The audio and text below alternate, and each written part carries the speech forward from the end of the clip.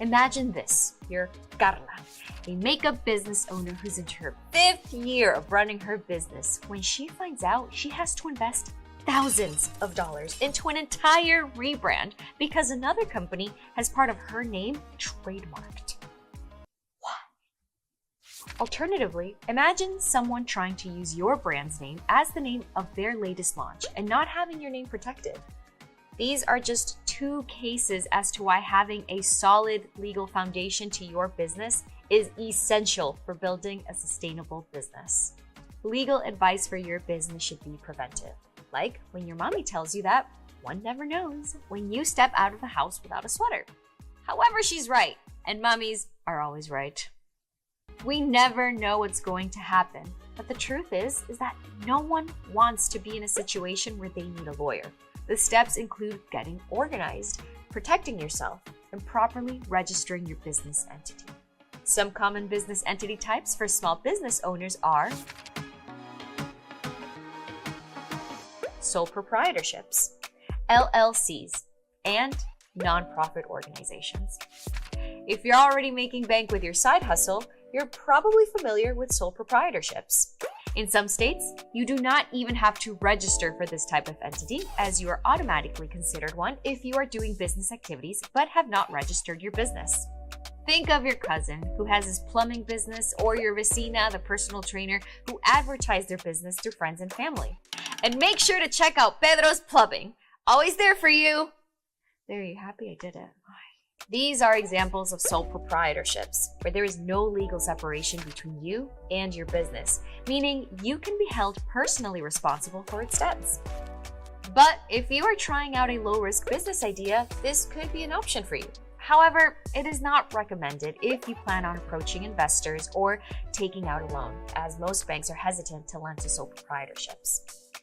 Another approach would be to register your business as an LLC, which is generally recommended for medium to high-risk business ideas that you are hoping to scale. LLCs protect you by separating your personal and business assets. So, if your business faces bankruptcy or lawsuits, your personal assets will not be affected. There are certain tax benefits to registering as an LLC as well, like writing off acceptable expenses, which we'll talk about more in another section. Nonprofits, also known as charities and foundations, are mission-driven organizations that are established to do social good. If you want to set up a nonprofit, not only would you have to register with your state, but if you want to have tax-exempt status, meaning you will not have to pay federal taxes on profits made, you'll have to file a separate application with the IRS, specifically IRS Form 1023. Keep in mind that, like much larger corporations, nonprofits must follow strict rules on how they spend the money they make and must file annual reports with the IRS.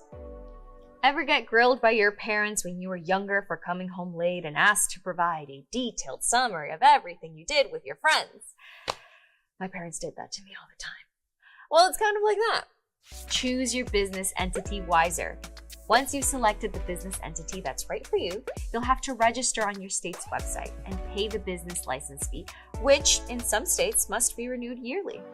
If you are not a sole proprietorship, you'll then need to obtain an Employer Identification Number, EIN, which is free through the IRS website. And lastly, you'll need to secure any additional documentation, like operating agreements and bylaws which state exactly how you do your business. You can do this process alone, or you can consult a small business lawyer who can help you and also serve as your registered agent for any renewals and other things that might come up in the future. Other major things you'll want to consider before launching your business include doing a comprehensive search and trademarking your business and product names.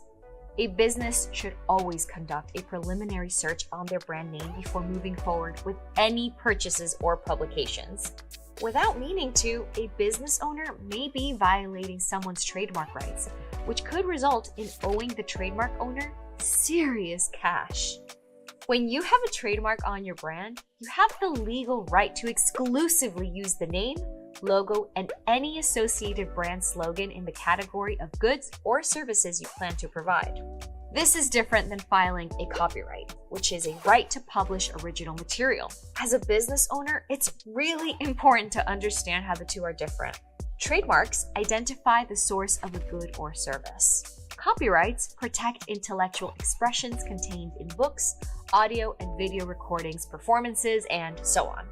Think about it, you wouldn't want to see a knockoff of your product being sold at the swap meet. The two are very different. And Poochie will never be Gucci. In any business, it's also important to have all the proper contracts in place. Contracts are crucial as they should outline in detail exactly how any service will be performed, what goods will be delivered, and how and when you expect to get paid. When you use pre-made templates that you find online, it is impossible to know whether that contract is truly protecting you in the ways that you need, since every business is different. Working with an attorney is highly recommended to spot areas where you may need protection and ensure your rights are safeguarded in your business contracts. Think about your Abba's words of wisdom. It's better to prevent than to lament. Yes, girl. Not doing these things can affect the long-term future of your business, as well as your personal financial liability. So it is important to understand what you and your business might be missing. Whew!